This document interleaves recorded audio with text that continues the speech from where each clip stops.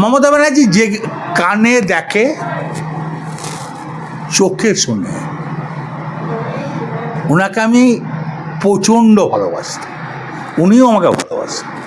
এখনও বলছি যদি বুদ্ধিমান হয়, ওনাকে আমি বলেছিলাম সবাইকে ডাকুন, ডাকলো না কেন? ওনাকে তো বলেছিলাম সবাইকে ডাকুন, ডাকার সাহস নেই কেন? আমি তো জেল খেটেও তো পালিয়ে যাই না অন্য দলে। দলটা খুব কষ্ট করে এনেছিলাম, সিপিএমকে তাড়িয়েছিলাম। তার দলটা কি করে চলে গেল, কার জন্য চলে গেল? আমি অন্য কাউকে কিন্তু দায়ী করব না, আমি মমতা ব্যানার্জিকে দায়ী করব। মমতা ব্যানার্জি জেগে ঘুমোলে কি আর সাড়া পাওয়া যায়? কেন মমতা ব্যানার্জি দলটা এই অবস্থা করলো? যে দলের সুপ্রিমো ছিল, তো দলটা আস্তে আস্তে কিসের আইপেক? আইপেক কী করবে? আইপেক কোনো সংগঠন করতে পারে? আইপেকের দ্বারা কোনো সংগঠন হয়? কই 9-এ তো আইপেক ছিল না, 11-এ আইপেক ছিল না, 14-তে আইপেক ছিল না, 16-তে আইপেক ছিল না, 19-এ আইপেক ছিল না, 21-এ আইপেক আমি কথা একটা মানি না। ব্রিগেড হবে, হাজার হাজার লোক নিয়ে যাব, 1 পয়সা কিন্তু কলকাতা দিত না, লোক নিয়ে যাব।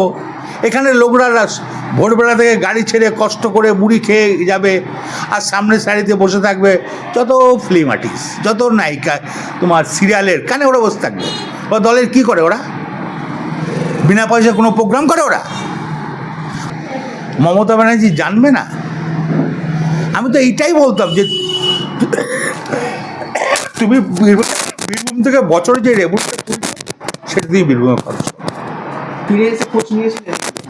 হ্যাঁ, লিখছিলাম। কেমন সে ভিজে মতন লাগলো, সেই গরুকে পান্নায় ছানিয়ে দেয় জানেন তো, শুকনো ছানির উপরে জল ছিটিয়ে খোল দিলে গরু মজমজ করে খায়। তারপরে যে ছানিটা ভিজেই গেলে একবারে কেতাকানি হয়ে যায়, সেই অবস্থা হয়ে গিয়েছিল যখন ঘুরে এলাম। বলেছিলেন হ্যাঁ, তো কেতাকানি হয়েছে জানেন ওরা?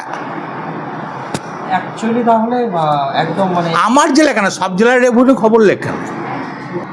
রামপুরহাটে যে সভাটা হলো, যার টাকা দেওয়ার কথা ছিল প্রত্যেকটি ব্লককে সে দিল না।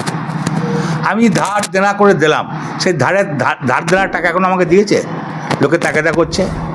আমার কন্ডিশন জানেন না, যে আমার সব সিজ হয়ে আছে, আমার কীভাবে কষ্ট করে আমার সংসার চলছে।